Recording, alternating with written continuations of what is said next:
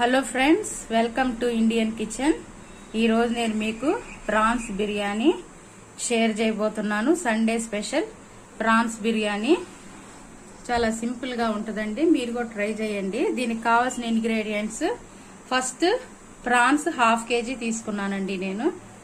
Next ఉల్లిపాయలు, పచ్చిమిర్చి, salt, పసుపు, నిమ్మకాయ బద్దలు 2 తీసుకోండి, పెరుగు, కారం, గరం మసాలా, బిర్యానీ మసాలా, అలాగే బిర్యానీ హోల్ మసాలా కూడా తీసుకోండి. మొత్తం చెక్క, లవంగ, సోంపు, షాజీరా, బిర్యానీ ఆకు, యాలకులు, అలాగే పుదీనా, కొత్తిమీర, ఇలా అన్ని తీసుకొని ఫస్ట్ మనం ఈ రొయ్యల్ని ఒక 10 minutes మ్యారినేట్ చేసుకుందామండి.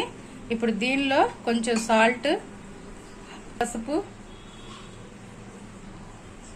1 స్పూన్ కారం, ధనియాల పొడి, బిర్యానీ మసాలా 2 వేసుకోండి. 2 స్పూన్స్ పెరుగు వేసుకోండి.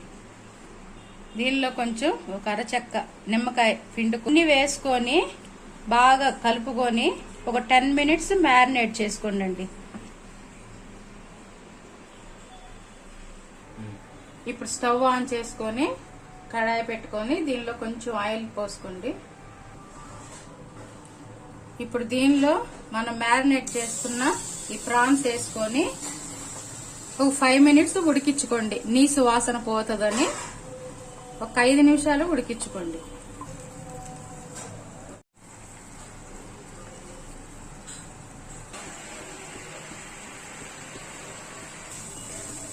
ఈ విధంగా సగము రొయ్యలు ఉడికించుకొని స్టవ్ ఆఫ్ చేసేసి ఈ రొయ్యల్ని వేరే బౌల్లోకి తీసుకోండి. ఇప్పుడు బిర్యానీ ప్రిపేర్ చేసుకోవటానికి స్టవ్ ఆన్ చేసి కడాయి పెట్టుకోండి. దీనిలో కొంచెం ఆయిల్ తీసుకోండి, నెయ్యి వేసుకోండి. స్పైసెస్ వేసుకుందాం. బిర్యానీ స్పైసెస్, ఆకు, చెక్క, లవంగ, షాజీరా, టేస్టింగ్ సాల్ట్ అన్ని వేసుకొని ఒక 1 minute వేయించుకోండి. కొంచెం ఆనియన్స్, గ్రీన్ చిల్లీస్ వేసుకొని ఒక 5 minutes బాగా వేయించుకోండి. దీనిలో కొంచెం కరివేపాకు, కొంచెం పుదీనా, అలాగే కొంచెం కొత్తిమీర వేసుకొని బాగా వేయించుకోండి.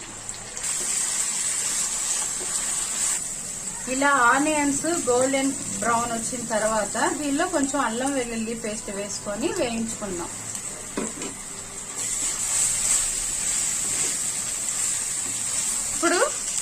ఇప్పుడు దీనిలో ఎసరు తీసుకోండి. 4 గ్లాసులు ఎసరుకి వాటర్ తీసుకోండి.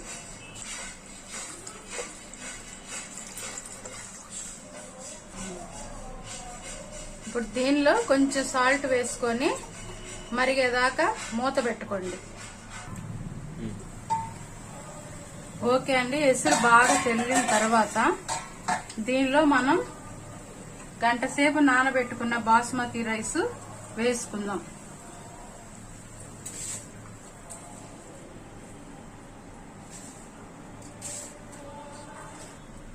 ఈ రైస్ అన్ని ఇలా పోసుకోండి. పోసుకొని తర్వాత కాసేపు ఉడికించుకుందాం.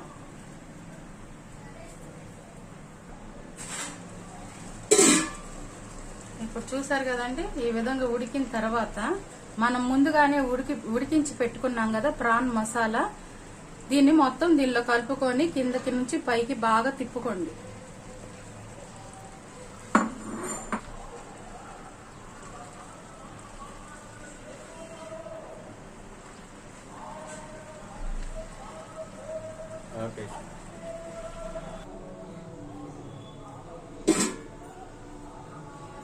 చూసారు కదండి, బిర్యానీ బాగా ఉడికిపోయింది. రొయ్యలు కూడా పర్ఫెక్ట్ కుక్ అయినాయి. ఇప్పుడు దీనిలో మనం ఫైనల్ గా కొంచెం కొత్తిమీరని ఈ విధంగా గార్నిష్ చేసుకొని స్టవ్ ఆఫ్ చేసేసుకుందాము. అంతేనండి, చాలా సింపుల్ గా ఉంది కదా. ఈ బిర్యానీని మీరు కూడా ట్రై చేయండి. ఈ వీడియో మీకు నచ్చితే లైక్ చేయండి, షేర్ చేయండి, సబ్స్క్రైబ్ చేసుకోండి.